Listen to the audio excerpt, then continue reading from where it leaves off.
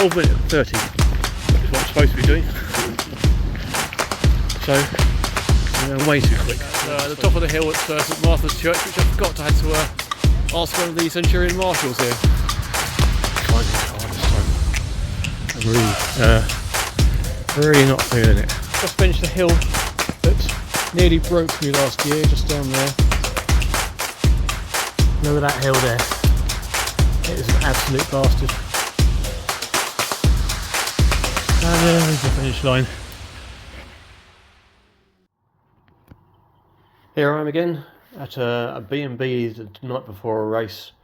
It's about 7 o'clock now, and just going over my kit once again, and this will all be familiar from previous races that I've recorded.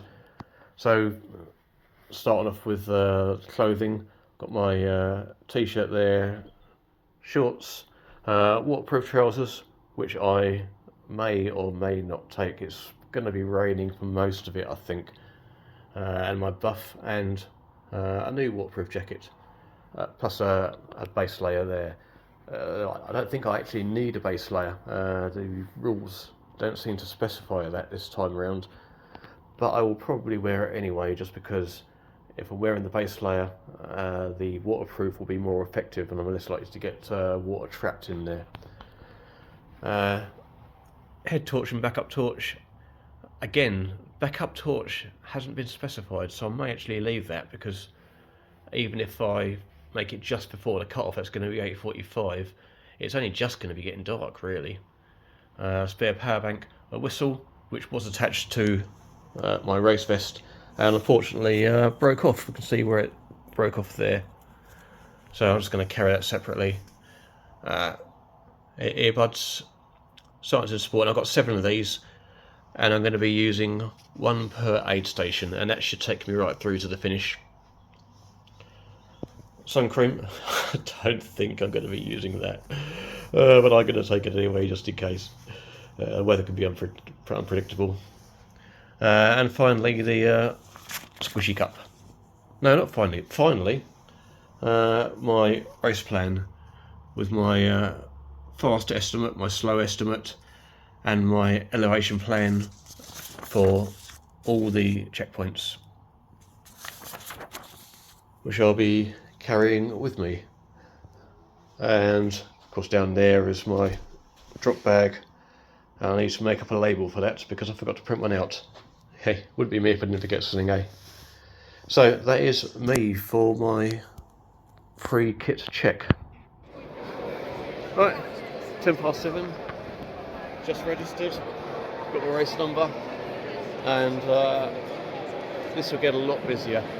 I think it's about 25 past the registration closes, and then we'll get to our race briefing over there, I believe, as it was last year. So now, second race of the Centurion 50 Slam, and I'm going to go and drop my bag off. Write the number on it before you give it to me. Oh, beautiful. Digestives in there. Yep. Ready for the end of the race. No. Can't hear anything. Right, welcome to the 13th edition of the North Downs Wave 50. You're in Wave 2. Hopefully, everybody around you has got a little red strip through their number. If they haven't, you're 45 minutes late, go. Welcome to Fareham. So, the course conditions are great. Everything that you've been sent is the same information, so I'm just going to go over some of the key details just so that you remember, but there are no changes to what you've been told already. So, right, there are 70 volunteers, or over 70 volunteers that are here today, here already, here on the course, here at the finish, out getting you to the finish line. So if you have the energy when you go past, please say thank you. Without them, nothing happens. So be nice, be polite, we know you're tired, but there's no excuse for rudeness. So please be nice to the volunteers and say thank you as you go past. Right, really important. They are the absolute key to these races going ahead. In terms of what you are following, just in case you're not sure what an acorn is, this is an acorn.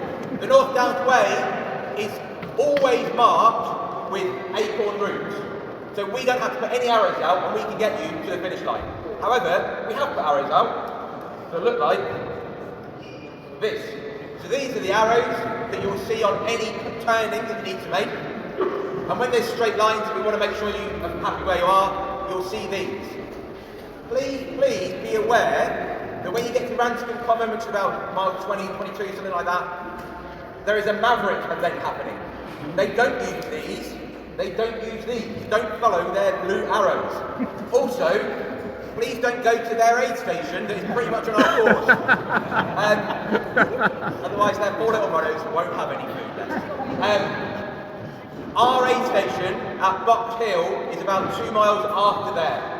It is not hot enough for you to have run out of water and need rescuing by their aid station. Make sure you stock up at the aid station properly. Use our aid stations only, please, or I'll get not so quick.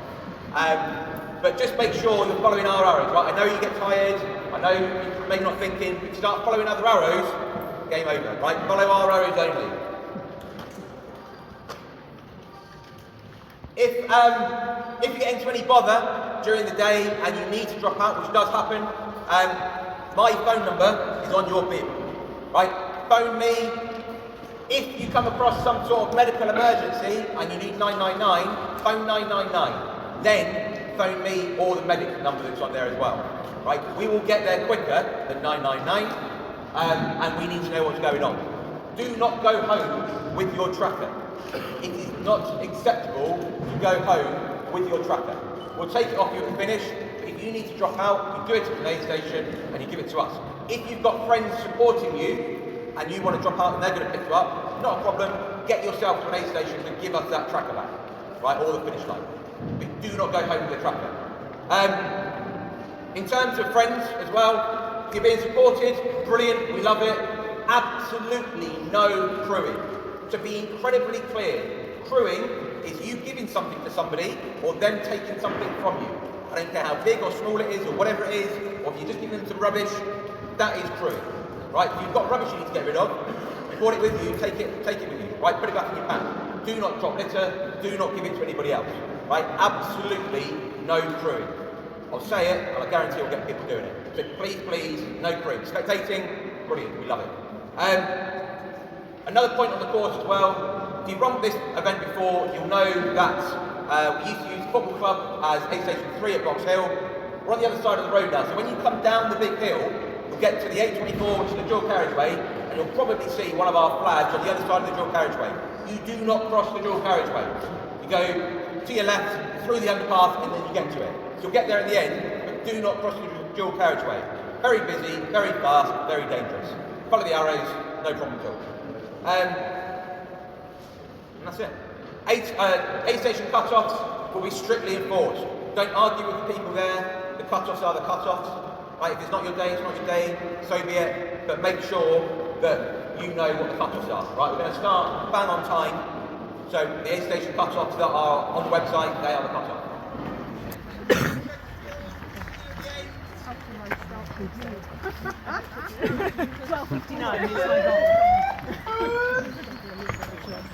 Have fun, everybody. Thank you. Enjoy it. Here we go again. Just past 5 miles in 55 minutes, which is, I'm sure the mathematicians amongst you all work that out as 11-minute miles. Now, let me just flip over to my race plan. 12 minute 30 is what I'm supposed to be doing. So I'm going way too quick. I'm going to have to slow this down, I think. Just at aid station 1 at Puttenham, and time 1:23. What's my schedule say? And 1:25 is my fast estimate. So I'm actually not doing too bad. And so let's get off and get to the next one. 13 miles in at the top of the hill at St Martha's Church, which I forgot I had to ask one of the Centurion marshals here. And yeah, not feeling too bad at the moment. Well ahead of schedule for my pace. I'm on about 12, just over 12-minute miles. My fast pace is going to be 13-minute miles. So yeah, there we go. Just leaving checkpoint 2. I lost my race plan, which is unfortunate, so it's out there on the trail somewhere. Right. And yeah, I might have to dig it off an email or something, or just run for the hell of it. I mean, yeah, I've got to get to the end eventually, right? But it would be good to know just how far ahead, behind, wherever I am to my actual plan. We'll see. 25.5 miles in, top of Box Hill, and yeah, I'm glad I got that done. That feels harder this year than it did last year, so I'm a little concerned for Reigate Hill, but we'll see how that is when we get there. And I'm finding this hard this time. I'm really not feeling it, and I'm not as far ahead of the cut-off as I thought it was going to be. I missed the aid station, West Tumble. I not missed it, but I didn't record it. But when I left there, I was only 15 minutes ahead of the cut-off, which isn't where I want to be. I want to be a little bit further ahead. But we'll see how we go. It's the hard bit now. First half, that was the easy bit, and I struggled with that. So great. Okay, first hill after Box Hill. So I'm going to stop recording now and start puffing and panting. Alright, well, just finished the hill that nearly broke me last year, just down there. It's hey, you made it. It's hard, isn't it?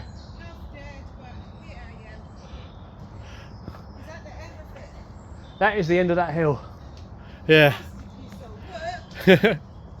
So yes, about half a mile, I think. Sorry, what's your name? Zingy. Zingy. Yes. So about half a mile.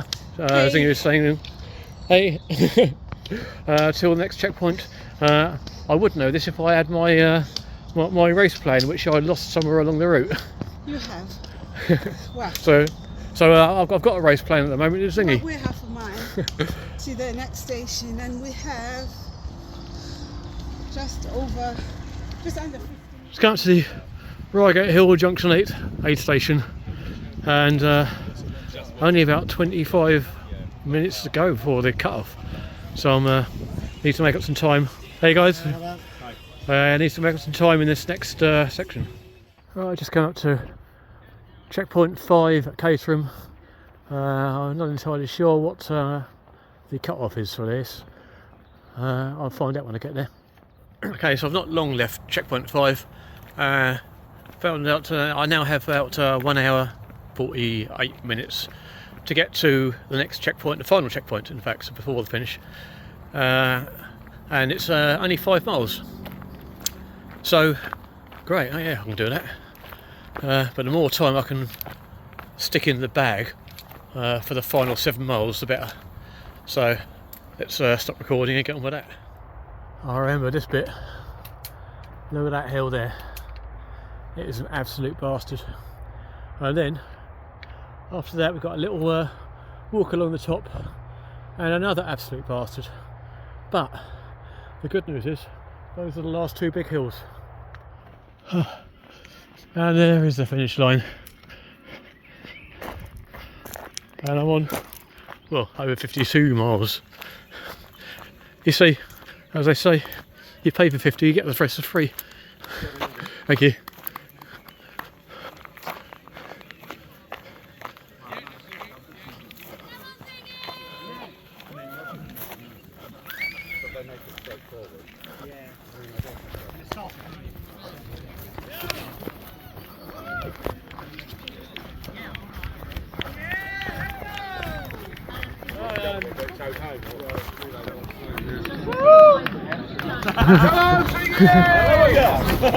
Yay! Come on, baby. Thank you. Well done. Come over here. Thank you. Come over here. Take your tracker. Oh, Solid thank you. work.